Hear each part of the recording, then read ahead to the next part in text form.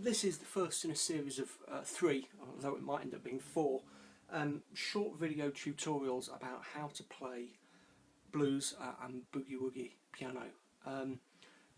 This is worth looking at even if you're not interested in blues and boogie as musical forms, because for a start it is a really good way of getting an instinctive understanding of the 3 main chords of any key, first, fourth and fifth, so tonic, subdominant, dominant.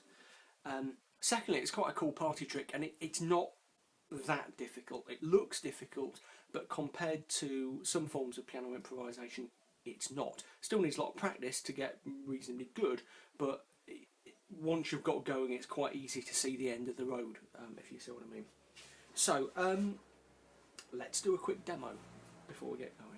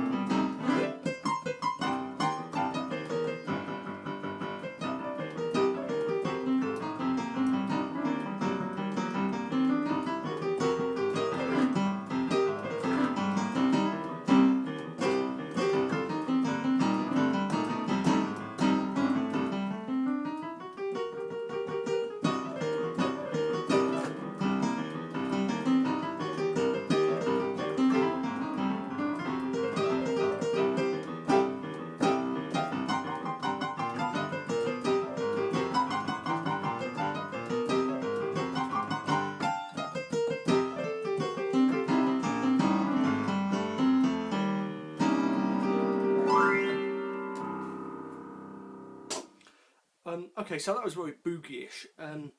The only difference between boogie woogie and blues on the piano really is speed. So if you slowed that down,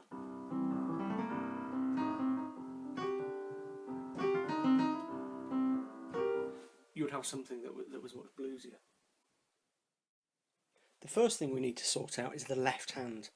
That C you're looking at there is 2 octaves below middle C, so middle C is just out of sight, just here. Of course, you can play this anywhere on the piano, it's up to you, but this is where my hand naturally falls if I'm playing a left hand boogie. You'll have noticed that through all the stuff I played just then, it was the right hand that was doing the creative stuff, and the left hand was just playing a repeated pattern. It's what a classical musician would call a figured bass or an ostinato.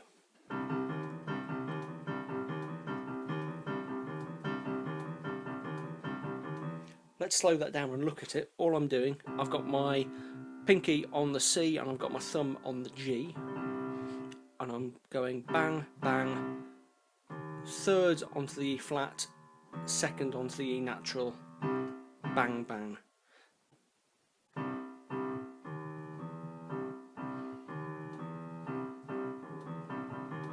Takes a little bit of getting used to, but soon becomes second nature. And then, of course, in 12-bar blues, there are 2 other chords, F and G, as we're in the key of C. And as you can see, the F, same pattern, but I'm doing my bang, bang on the F and the C, and the middle bit is A flat and A. And back down to C.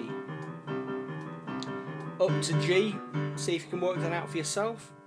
Yeah, bang, bang, G and D, B flat, B natural. Notice how I did the transition there.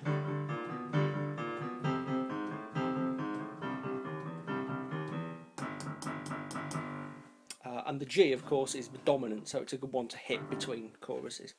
Okay, so that's one example of a boogie bass. I should say there are hundreds available, but that's one of my favourites, and it's quite an easy one to teach.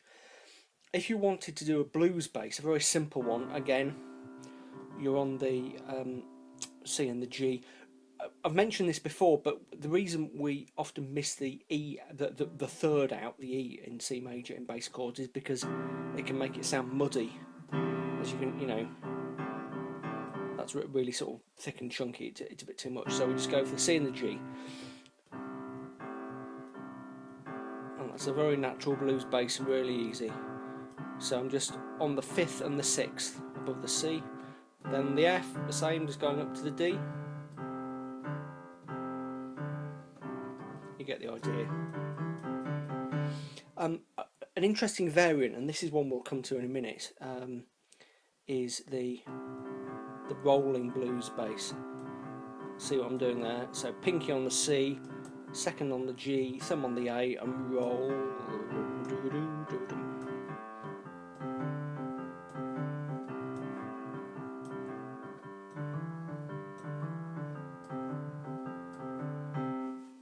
Very straightforward. Okay, very first job is to choose one of those and master it. Shouldn't take very long at all. Where it starts to get difficult is when you're taking those left hands and putting them together with the right hand. Now, just for now, I'm not going to even think about the technicalities of blues scales and riffs in the right hand.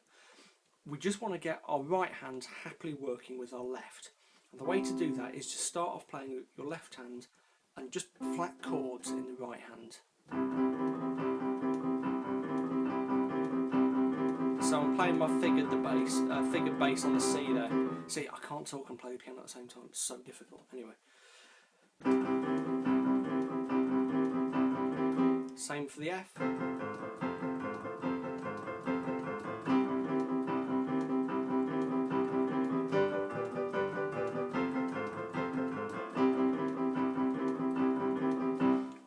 Practice and practice and practice doing that until it's really, really easy. It looks easy and it's not. The hardest one actually is using that rolling bass I showed you.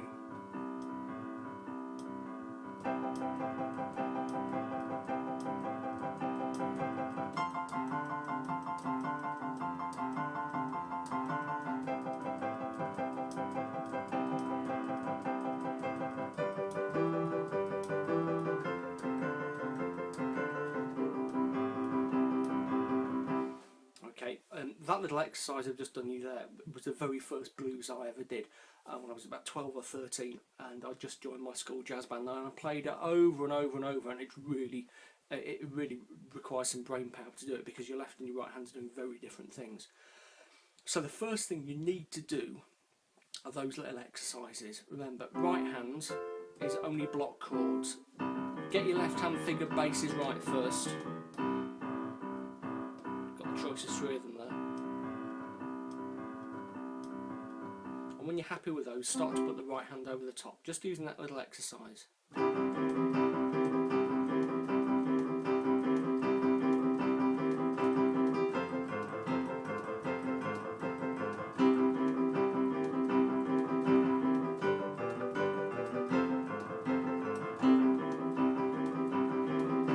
I haven't explained how the 12-bar blues actually works. Don't worry about it for now. I mean, you can probably grasp the basic pattern,